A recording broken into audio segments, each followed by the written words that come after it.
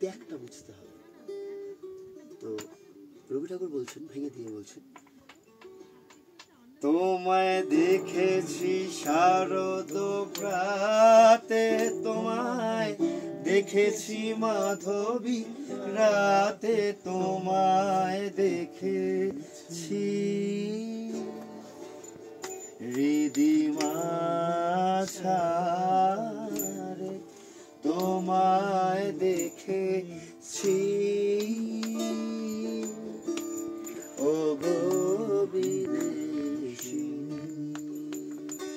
আমি চিনি গো চিনি তোমারে ও গো বিদেশিনী, তুমি থাকো সিন্ধু পারে ও গো বিদেশিনী,